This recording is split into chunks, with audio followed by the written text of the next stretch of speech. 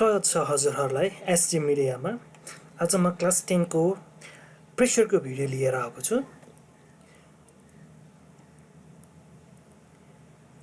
अपट्रस्ट भनेको के हो त? अब हामीले अगाडि त ट्रस्ट भनेर हामी पढ्यौं भने अब अपट्रस्ट भनेको के हो त?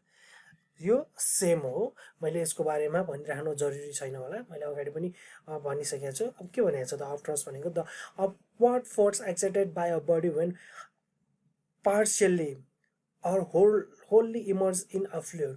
अब जस्तै पानीमा हो, तरल पदार्थमा चाहिँ हामीले माथिबाट फोर्स लगाउँदाखेरि, कुनै पनि बडीमा चाहिँ माथिबाट फोर्स लगाउँदाखेरि त्यो भनेको के हो त? पुरै अर के हो त? पार्सली चाहिँ इमर्ज, तैरिने, डुब्ने तैरिने हुन्छ भने अब त्यसलाई चाहिँ हामी अपट्रस्ट भन्छौँ।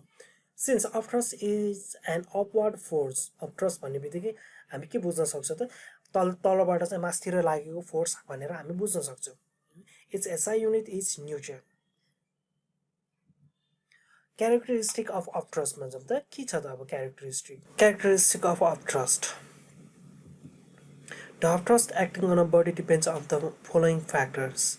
अब अपट्रस्ट चाहिँ केमा डिपेन्ड भएको हुन्छ त? कस्तो कस्तो फ्याक्टरहरुमा चाहिँ डिपेन्ड भएको हुन्छ त? त्यतातिर छ। The volume of submerged part of a body। Upthrust is directly proportional to the volume of submerged part of the body in a fluid। अब यो भनेको के हो त? अपट्रस्ट भनेको केसँग चाहिँ प्रोपोर्सनल छ त? डाइरेक्ट प्रोपोर्सनल भएको हुन्छ त? भोल्युमको, बडीको भोल्युमसँग चाहिँ डाइरेक्टली प्रोपोर्सनल भएको हुन्छ अपट्रस्ट। सेकेन्डमा जाउँ त, डेन्सिटी अफ फ्लुइड। अब अपट्रस्ट चाहिँ डेन्सिटी, फ्लुइडको डेन्सिटीमा पनि के भएको हुन्छ त? डाइरेक्टली प्रोपोर्सनल भएको हुन्छ। जस्तै upthrust is directly proportional to the density of the fluid in which the body is submerged. अब बडी चाहिँ डुबेको अनुसार चाहिँ के भएको हुन्छ त? अपट्रस्ट त्यसको डेन्सिटीसँग चाहिँ डाइरेक्टली प्रोपोर्सनल भएको हुन्छ। जति बडी डुबेको हुन्छ त्यति नै अपट्रस्ट लागेको हुन्छ। थर्डमा हेरौँ त, acceleration due to gravity. Upthrust is directly proportional to the value of acceleration due to gravity. Upthrust चाहिँ केसँग पनि डाइरेक्ट प्रोपोर्सनल भएको हुन्छ त? एक्सेलरेसन ड्यू टु ग्राभिटी, ग्राभिटीसँग पनि डाइरेक्टली प्रोपोर्सनल भएको हुन्छ। जसलाई चाहिँ हामी कसरी लेख्न सक्छौँ त? यसरी हो, यिनीहरूलाई चाहिँ हामी यसरी लेख्न सक्छौँ। अब तपाईहरुले एक्जामको लागि याद गर्नुपर्ने भनेको यिनीहरू मात्र याद गर्नु भए पनि हुन्छ, अरु केही याद नगरिकन। Upthrust is directly proportional to the volume of the body. Upthrust is directly proportional to the density of body. त्यसपछि upthrust is directly proportional to the gravity, acceleration due to gravity भनेर तपाईले यति यो यिनीहरूमा तपाईलाई थाहा भयो भने पनि सजिलो हुन्छ। फोर्थमा जाउँ त, temperature of the fluid. Upthrust is inversely proportional to the temperature of the fluid in which the body is immersed. अब के हो त? अपट्रस्ट चाहिँ फ्लुइडको टेम्परेचर अनुसार चाहिँ के भइरहेको हुन्छ त? Inversely proportional. टेम्परेचर अनुसार चाहिँ इन्भर्सली प्रोपोर्सनल भइरहेको हुन्छ। अब अपट्रस्ट घट्यो भने त अब कुनै बढ्ने हुन्छ, एउटा घट्यो भने अर्को बढ्ने। Upthrust is inversely proportional to 1/T भनेर हामी लेख्न सक्छौँ। जस्तै how to calculate upthrust of a liquid. Upthrust चाहिँ हामी कसरी क्याल्कुलेट गर्न सक्छौँ? त्यतातिर छ। Upthrust of a liquid on a body is measured by finding the difference in the weight of the body in air and in the liquid। अब लिक्विडको अपट्रस्ट calculate गर्नको लागि चाहिँ बडीको वेट चाहिँ एयरमा कति छ र लिक्विडमा कति छ हो, त्यो दुईटालाई चाहिँ हामीले माइनस गर्दाखेरि चाहिँ हामी निकाल्न सक्छौँ। जस्तै अपट्रस्ट यु, क्यापिटल युले रिप्रेजेन्ट गरिएको छ भने weight loss in the liquid, त्यसपछि यु वेट इन एयर, जसलाई चाहिँ हामीले WA ले रिप्रेजेन्ट गरेको छौँ, अनि माइनस वेट इन लिक्विड, जसलाई चाहिँ हामीले WL ले रिप्रेजेन्ट गरेको छौँ। अब यो भनेको के हो त? अफ थ्रस्ट भनेको WA माइनस WI हो। यो फर्मुला तपाईहरुले याद गर्न सक्नुहुन्छ। Formula to calculate upthrust. अब अफ थ्रस्ट क्याल्कुलेट गर्नको लागि चाहिँ के फर्मुला चाहिँ चाहिन्छ त? U equals to VDG। यो तपाईले यो फर्मुला थाहा भयो भने तपाईले अफ थ्रस्ट सजिलै तरिकाले क्याल्कुलेट गर्न सक्नुहुन्छ। V भनेको भोल्युम हो भने D भनेको डेन्सिटी, G भनेको acceleration due to gravity, where U equals to upthrust, जसलाई चाहिँ हामी अफ थ्रस्ट भन्छौँ भने V volume of the body submerge in a liquid. अब लिक्विडमा डुबेको बडीको वेट भोल्युम भनौँ। त्यसपछि D density of the liquid in which a body is submerge. D लाई चाहिँ हामी डेन्सिटी भन्छौँ। के को त? Density of liquid. लिक्विडको डेन्सिटी जुनमा चाहिँ के हो त? बडी चाहिँ डुबिसकेपछिको डेन्सिटी, डुब्नु अगाडि हैन कि डुबिसकेपछिको डेन्सिटी। G भनेको एक्सेलरेसन ड्यू टु ग्राभिटी, जसलाई हामी एक्सेलरेसन ड्यू टु ग्राभिटी भन्छौँ। नेक्स्ट अर्कोमा जाउँ। Upthrust is equal to the weight of liquid displaced. Upthrust is equals to the weight of liquid displaced भनेको के हो त? जति वेट लिक्विडको वेट डिस्प्लेस हुन्छ त्योसँग चाहिँ के भएको हुन्छ त? अफ थ्रस्ट चाहिँ इक्वल भएको हुन्छ। जस्तै यहाँ तपाईहरुले यहाँ फिगर देख्न सक्नुहुन्छ एउटा, जसमा चाहिँ तपाईहरुले लिक्विडको बीचमा एउटा अब्जेक्ट देख्न सक्नुहुन्छ। Let's consider a cylinder solid block. अब यसलाई चाहिँ ABCD भनेर तपाईहरुले लेट गर्न सक्नुहुन्छ। Let A be the cross sectional area of the body and D be the density of liquid in which the solid is immersed। A भनेको चाहिँ यसको बडीको क्रस सेक्सनल एरिया भयो भने डेन्सिटी D भनेको चाहिँ के हो त? सोलिड इमर्ज गरिसकेपछि, यो इमर्ज भइसकेपछिको डेन्सिटी भयो। Pressure on the upper surface of the block, जसलाई चाहिँ हामी P1 ले रिप्रेजेन्ट गर्छौँ। अब H हाइट, H1 भनेको हाइट, यो ब्लकको हाइट छ। त्यसपछि DG भनेको density gravity on the lower surface of the block. Lower surface P2, जसलाई चाहिँ हामी के भन्छौँ त? P2 भन्छौँ। H2 DG, अब यसलाई H2 ले हामीले रिप्रेजेन्ट गरेको छौँ। त्यसपछि thrust equals to pressure into area. Downward thrust on the upper surface. अब downward thrust on the upper surface हेर्नु त कति छ त? डाउनवर्ड थ्रस्ट भनेको H1 DG इन्टु A छ। A भनेको एरिया भयो, जसलाई चाहिँ हामीले H1 DGA भनेर हामी लेख्न सक्छौँ। त्यसपछि लोअर सर्फेसतिर जाउँ। लोअर सर्फेस भनेको F2 के छ त? H2 DGA। अब यो भनेको के हो त? H2 भनेको के हो त? हाइट भयो। त्यसपछि अनि अर्को D भनेको डेन्सिटी, G भनेको acceleration due to gravity, A भनेको area. Upthrust U equals to F2 minus F1। यो भनेको के हो त? हामीले अब यो F2 र F1 को भ्यालु चाहिँ पुट आउट गरिदिएको छौँ, जसलाई चाहिँ हामी U equals to DGA H2 minus H1। अब यो भनेको दुईटैको इक्वल हुन जान्छ भने अब बाँकी रहे H2 minus H1। H2 minus H1 equals to height of the body. अब बडीको हाइट चाहिँ कति हो त भनेर हामीले अब यसरी निकाल्न सक्छौँ।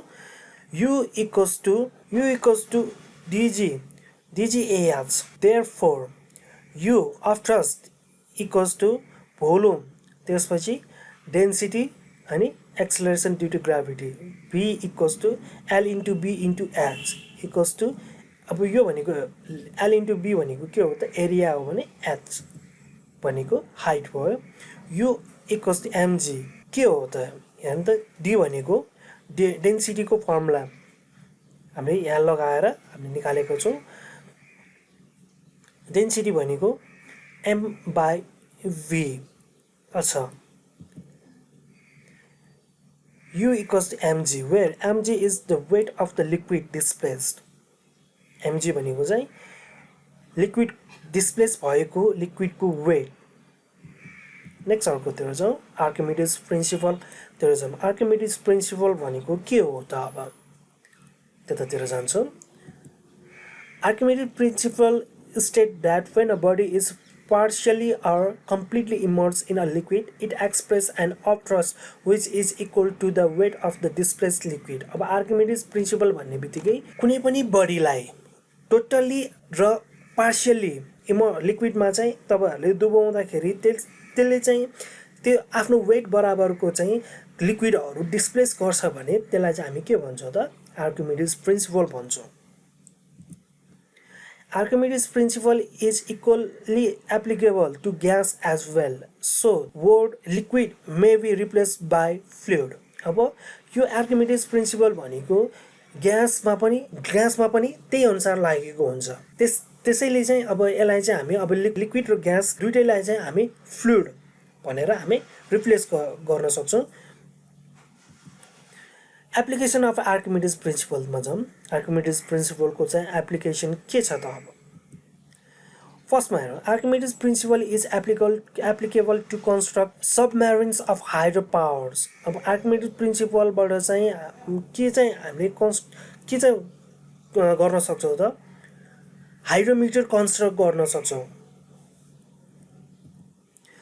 This principle is applicable to fly hot air balloon to float ship in sea etc. अब यसको अब Archimedes' principle के को लागि चाहिँ एप्लिकेबल छ त एउटा भनेको एउटा चाहिँ बेलुन उड्नको लागि पनि के भएको हुनु पर्छ त त्यो Archimedes' principle अनुसार काम भइरहेको हुन्छ भने अनि अर्को भनेको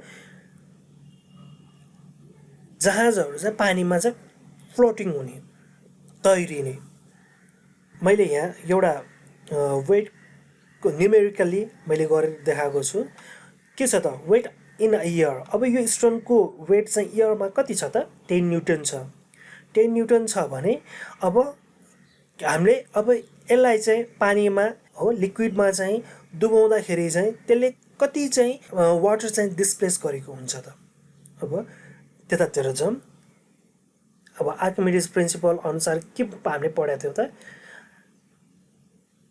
बडीलाई चाहिँ टोटली र पार्शियली इमर्ज गर्दाखेरि चाहिँ त्यसले लिक्विडहरु चाहिँ इमर्ज गर्छ भने त्यसलाई चाहिँ हामी के भन्छौं भनेर पढाएको थियो त आर्किमिडीज प्रिन्सिपल भनेर पढाएको थियो हेर्नु त यो गर्ने बित्तिकै के भयो त यहाँबाट तपाईहरुले यसबाट यहाँबाट यो वेट तल जाने बित्तिकै यसको 3 न्यूटन बराबर इयरमा चाहिँ 3 न्यूटन छ अब यो हेर्नु त अब वाटरमा जब गर्दाखेरि यसको स्टोनको वेट भनेको कति हुन गयो त 7 न्यूटन अब बाकीको 3 चाहिँ कता गयो त 3 चाहिँ के भयो त यहाँ पानी चाहिँ डिस्प्लेस हुन गएको छ 3 न्यूटन बराबरको छ पानी डिस्प्लेस हुन गएको छ भने according to the Archimedes law the upthrust is equal to 3 newton Archimedes law अनुसार चाहिँ ऑफ थ्रस्ट चाहिँ कति छ त 3 न्यूटन बराबरको चाहिँ ऑफ थ्रस्ट हुन गएको छ अब यहाँ हेर्नु त शिप पनि के छ त किन चाहिँ शिप चाहिँ डुबेन त because of the Archimedes the it is constructed according to the Archimedes principle हो के न त अफ थ्रस्ट जसमा चाहिँ आफ्नो वेट बराबरको चाहिँ अफ थ्रस्ट माथितिर लागिरहेको हुन्छ ल अफ फ्लोटेसन भन्छौं त ल अफ फ्लोटेसन भन्ने बित्तिकै के हामी के बुझ्न सक्छौं त फ्लोटेसन भन्ने बित्तिकै हामी तैरिने भनेर बुझ्न सक्छौं when a body floats in a liquid the weight of the floating body is equal to the weight of the liquid displaced by it अब फ्लोटेसन भन्ने बित्तिकै के हो त जब हामीले बडीलाई चाहिँ कुनै पनि बडीलाई चाहिँ हामीले लिक्विडमा हामीले राख्दाखेरि त्यसले आफ्नो वेट बराबरको चाहिँ पानी चाहिँ डिस्प्लेस गरेर उ फ्लोटिङ भइरहेको हुन्छ When a body is immersed in a liquid the following two forces act on it अब बडीलाई चाहिँ लिक्विडमा चाहिँ इमर्ज गर्दाखेरि चाहिँ डुबाउँदाखेरि राख्दाखेरि चाहिँ दुईटा फोर्सहरू चाहिँ त्यसमा काम गरिरहेको हुन्छ फर्स्टमा हेर्नु त के छ त the weight of the body W1 acting vertically downward at the centre of gravity of the body this force has tendency to sink the body in a liquid अब यसमा भनेको फर्स्टमा के छ त बडीको वेट चाहिँ जहिले पनि तलतिर चाहिँ बडी लागिरहेको हुन्छ फोर्स चाहिँ बडी लागिरहेको हुन्छ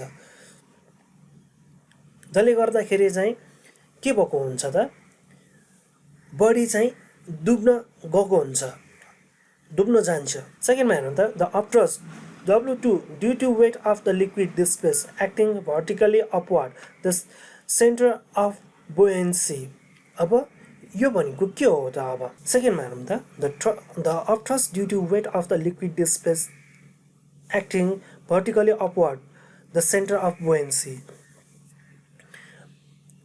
अब अब्जेक्टलाई चाहिँ हामीले कुनै पनि बडीलाई चाहिँ हामीले पानीमा राख्दाखेरि त्यसले आफ्नो वेट बराबरको चाहिँ पानी लिक्विडहरू चाहिँ डिस्प्लेस गरेको हुन्छ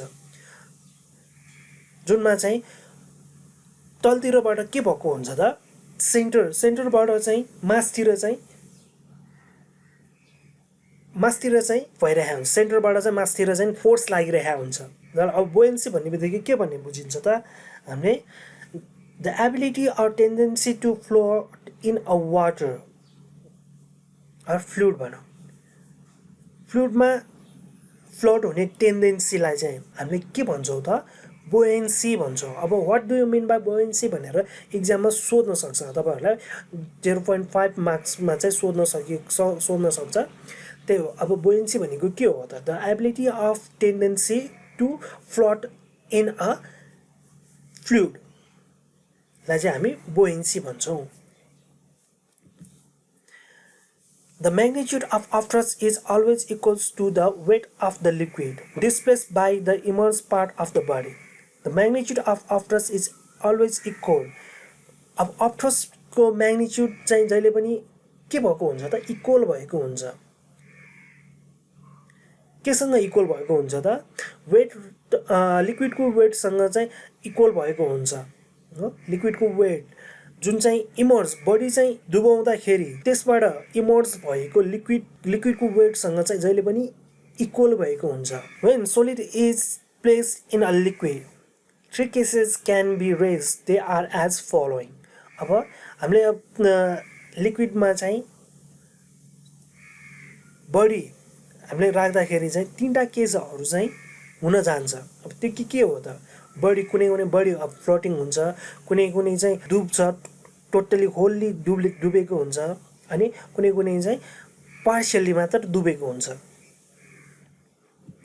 त्यतातिर जाम फर्स्ट केसमा जाम त फर्स्ट केस के छ त अब W is greater than W2 that is the weight of the body is greater than the weight of displaced liquid in this case the body will sink. This case take place when the density of body D1 is greater than the density of liquid. अब हामीले यो यसैबाट हामी थाहा पाउन सक्छौं W1 भन्ने बित्तिकै यो बडीको वेट भनेर हामी बुझ्न सक्छौं भने W2 भन्ने बित्तिकै लिक्विडको वेट जब बडीको वेट बढी हुन्छ त्यसबेलामा चाहिँ के हुन जान्छ त लिक्विडमा चाहिँ त्यो बडी चाहिँ डुब्न जान्छ बडीको डेन्सिटी चाहिँ लिक्विडको डेन्सिटी भन्दा बढी हुन्छ भने त्यतिखेर चाहिँ बडी डुब्न जान्छ सेकेन्ड अब density of solid is greater than density of liquid अब के हो सोलिडको डेन्सिटी बढ्ने बित्तिकै जस्तै सोलिडको डेन्सिटी धेरै छ भने चाहिँ सोलिड त्यहाँ के हुन जान्छ त सिङ्क हुन जान्छ डुब्न जान्छ when W1 is greater than W2 the body sink case 2 मा जाम त केस 2 मा चाहिँ के छ त अब केस 2 मा के छ त पार्सली इमर्ज भएको छ डुबेको छ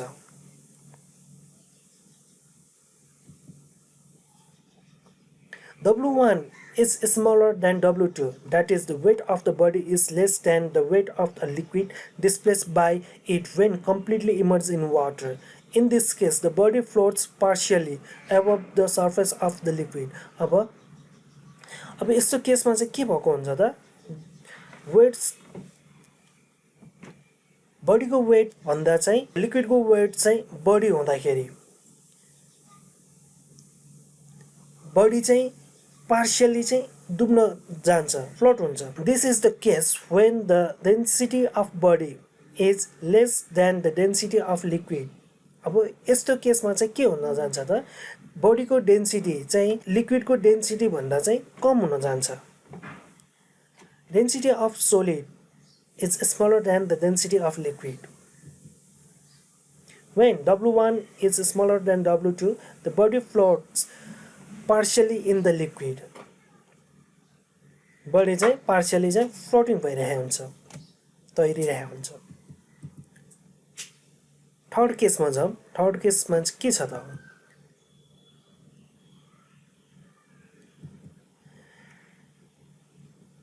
W1 equals to W2 that is the weight of the body is equal to the weight of the liquid displaced by it in this case the body will float just inside the surface of the liquid here the density of the body d1 is equals to the density of the liquid अब यसमा चाहिँ के हुन्छ त अब weight बडीको weight र पानीको वेट चाहिँ इक्वल हुँदाखेरि चाहिँ के हुन जान्छ त त्यतिखेर चाहिँ बडी चाहिँ पानीको भित्रतिर चाहिँ फ्लोटिङ हुन्छ हो तैरिन्छ पानीको भित्रतिर चाहिँ तैरिन्छ भने the density of body d1 is equals to the density of d2 or liquid यसमा चाहिँ बडीको डेन्सिटी र लिक्विडको डेन्सिटी चाहिँ के भएको हुन्छ त इक्वल भएको हुन्छ the density of solid equals to density of liquid अब यो केसहरु चाहिँ तपाईहरुले याद गरिराख्नु जरुरी छ a condition for flotation अब flotation को कन्डिसनहरु चाहिँ के छ त त्यतातिर जाम फर्स्टमा the weight of the liquid displaced by the portion of the body below the liquid surface must be exactly equal to the weight of the floating body पानीको र अनि बडीको वेट चाहिँ के हुन पर्छ त इक्वल हुन पर्छ बडीहरु चाहिँ तैरिनुको लागि वेटहरु चाहिँ इक्वल हुन पर्ने हुन्छ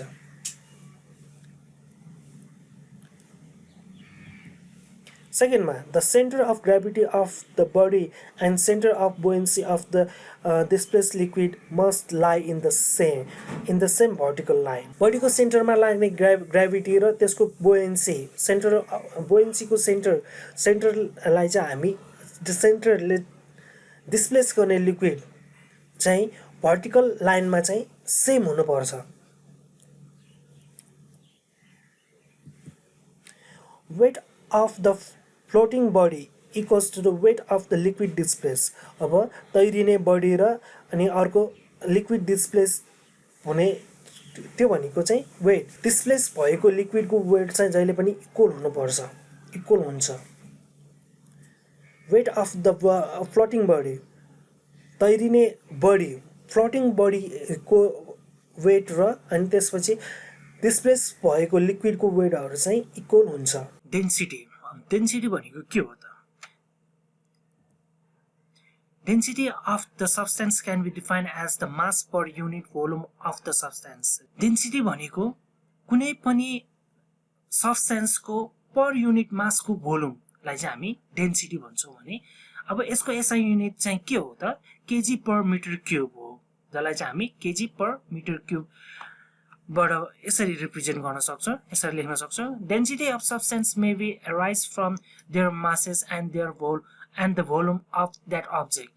अब कुनै पनि अब्जेक्ट को डेन्सिटी कसरी थाहा हुन्छ त त्यसको मास र भोल्युम बाट चाहिँ थाहा हुन्छ नेक्स्ट अर्कोमा जाऊ mathematically density equals to mass by volume अब यो डेन्सिटी को फर्मुला त तपाईहरुलाई थाहा नै छ मास बाइ भोल्युम भनेर अब therefore d equals to m by v short फर्ममा चाहिँ यसरी लेख्छौं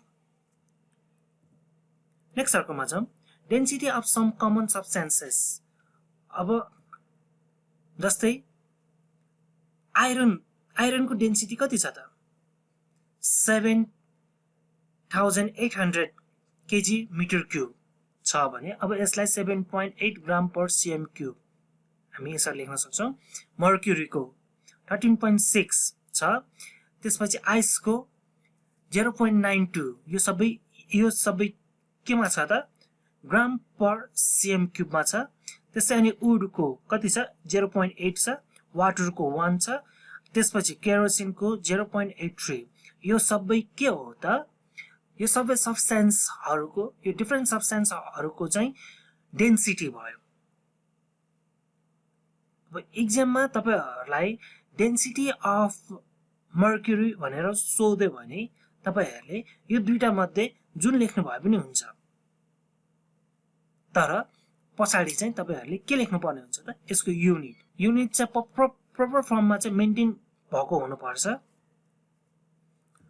नेक्स्ट अर्कोमा जाम रिलेटिभ डेन्सिटी भन्ने बित्तिकै के हो त the ratio of density of a substance to the density of water at 4 degree Celsius is called relative density कुनै पनि सब्स्टेन्सको डेन्सिटी र वाटरको डेन्सिटीको ratio 4 degree Celsius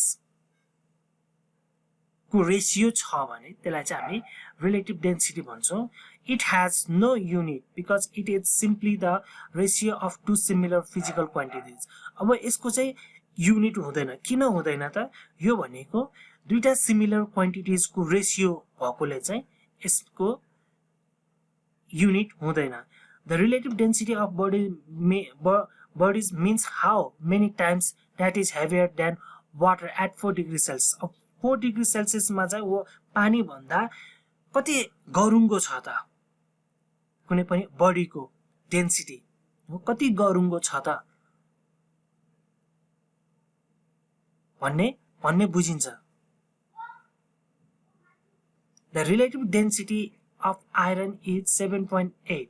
It means that iron is 7.8 times heavier than water at 4 degrees Celsius.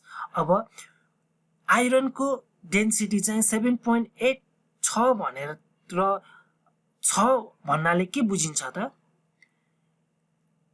Iron चाहिँ 7.8 times चाहिँ पानी 4 degree Celsius मा चाहिँ पानी भन्दा चाहिँ 7.8 टाइम्स हेभियर छ भन्ने बुझिन्छ म्याथमेटिकल्ली जम relative density of substance divided by density of water at 4 degree Celsius mercury barometer भनेको के हो त त्यतातिर छ an instrument which is used to measure atmospheric pressure is called a barometer अब त्यस्तो खाले इन्स्ट्रुमेन्ट्स जसको हेल्पबाट चाहिँ हामीले एटमोस्फियरिक प्रेशर चाहिँ थाहा पाउन सक्छौं त्यस्तो खाले इन्स्ट्रुमेन्टलाई चाहिँ हामी मर्क्युरी ब्यारोमिटर भन्छौं there are different types of barometer the barometer having mercury is called mercury barometer अब हामी धेरै टाइप्सको ब्यारोमिटरहरू हामी देख्न सक्छौं त्यसमध्येमा चाहिँ मर्क्युरी ब्यारोमिटर एउटा हो पर्दछ the average atmospheric pressure at sea level is 760 mm Hg atmospheric pressure decreases with the increase in altitude of a place. अब atmospheric pressure sea level मा चाहिँ atmospheric pressure भनेको 760 mm Hg हुन्छ अब यो भनेको के हुन्छ त अल्टिट्युड जति बढ्छ नि त्यति नै atmospheric pressure चाहिँ के भएको हुन्छ त डिक्रिज भएको हुन्छ When the atmospheric pressure decreases, the level of mercury also decreases and vice versa. Job atmospheric pressure decrease हुन्छ, mercury को level पनि के हुन जान्छ त? Decrease हुन जान्छ. Increase हुँदाखेरि increase हुन्छ, decrease हुँदाखेरि decrease हुन्छ.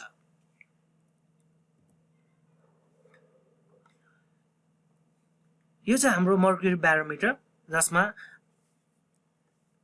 के दिएको छ त? यो पार्ट खाली ठाउँलाई हामी भ्याक्युम भन्छौं भने यो ग्लास ट्युब अनि अर्को 760 mm एटमोस्फियरिक प्रेशर मर्क्युरीको त्यसपछि यहाँ छ मर्क्युरी नेक्स्ट अर्कोमा जाउँ सिरिन्जमा जाउँ सिरिन्ज भनेको के हो त अब यो भन्ने बित्तिकै हाम्रो माइन्डमा के आउँछ त के को इमेज बन्छ त सिरिन्ज भन्ने बित्तिकै हाम्रो सुई भन्ने बुझिन्छ नि हो तपाईहरुले अब यो पिक्चर त देख्नु भएको छ यो हो syringe Syringe is a medical instrument which is used to extract blood from the patient body and to inject medicine into the patient. अब यो भनेको के हो त त्यस्तो खाले इन्स्ट्रुमेन्ट जसको थ्रुबाट चाहिँ ब्लडहरु चाहिँ पेशेन्टको बडीबाट चाहिँ ब्लड लिने निकाल्ने काम गर्छ भने अनि त्यसपछि पेशेन्टलाई चाहिँ मेडिसिन दिने काम गरिन्छ. A syringe consists of three parts. They are storage cylinder. यो भनेको यो पार्टलाई चाहिँ हामी के भन्छ त स्टोरेज भन्छ सिलिन्डर जहाँ चाहिँ हामी स्टोर गर्न सक्छौं अनि अर्को भनेको पिस्टन यो माथिको पार्ट पिस्टन भयो अनि अर्को यो पार्टलाई चाहिँ हामी के भन्छ त निडल भन्छौं. एयर पम्पमा जाउँ. अब एयर पम्प भनेको के हो त अब एयर पम्प भन्ने बित्तिकै हाम्रो साइकलमा हावा राख्ने हामी मेसिनलाई हामी भन्छौं हो साइकल बाइक अब अरु पनि हुन्छ गाडीमा पनि एयर पम्प नै गरिन्छ. अब air pump is an instrument which is used to inflate tyres of bicycle, motorcycle, car, etc. We use a pressure gauge to measure the air pressure inside the tires of vehicles. अब air pump भन्ने बित्तिकै के हो त त्यस्तो खाले instrument जसको थ्रुबाट चाहिँ हामी टायरमा चाहिँ हावा भर्ने काम गर्छौं.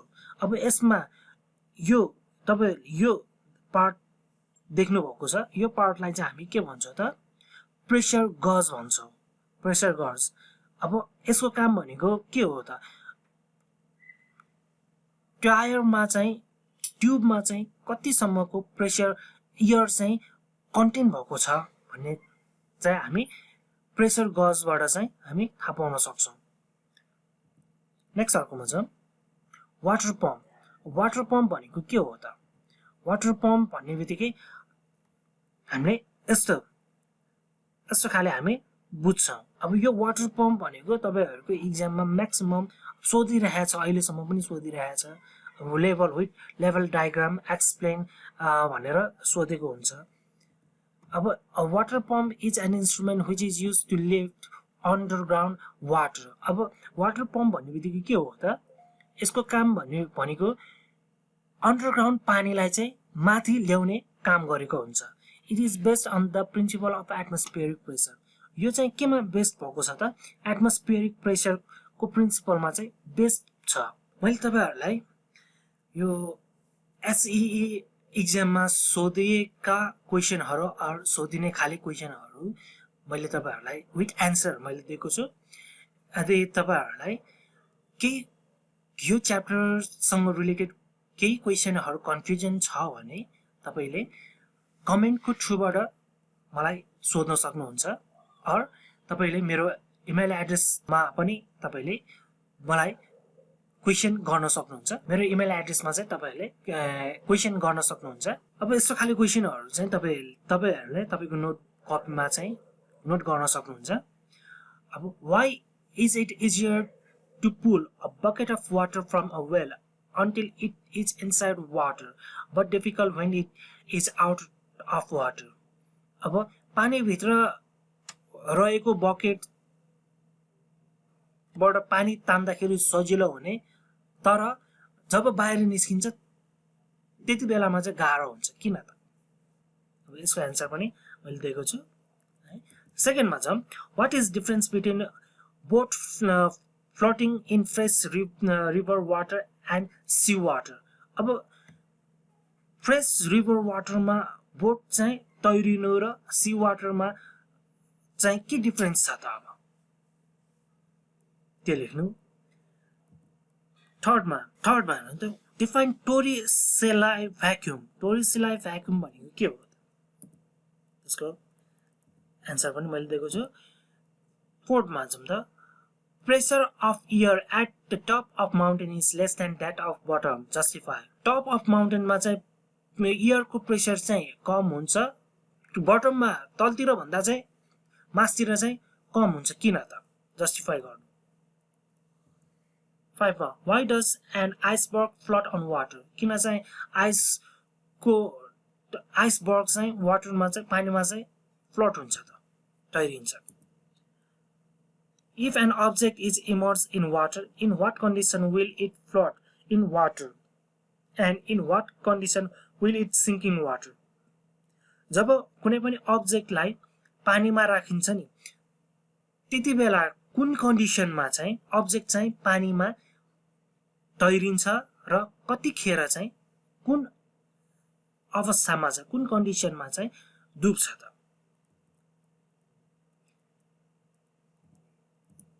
7 मा it is easier to swim in the sea than in river why खोलामा भन्दा समुद्रमा चाहिँ स्विमिङ गर्न सजिलो हुन्छ किन त atmospheric pressure is 10 to the power 6 Newton per meter square what we do not feel why atmospheric pressure is 10 to the power 6 Newton meter square हामी चाहिँ के फिल गर्न सक्दैन किन रे hydraulic machine are considered a force multiplier why hydraulic machine लाई चाहिँ force multiplier भनेर चाहिँ किन भनिएको हो त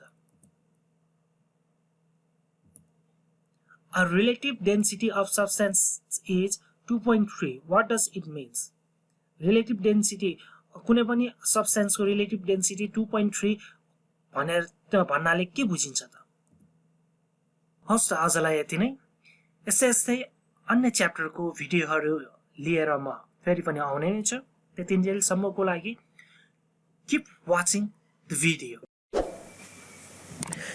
यस्तै नयाँ भिडियो हेर्नको लागि please like share and subscribe गर्न नभुल्नु होला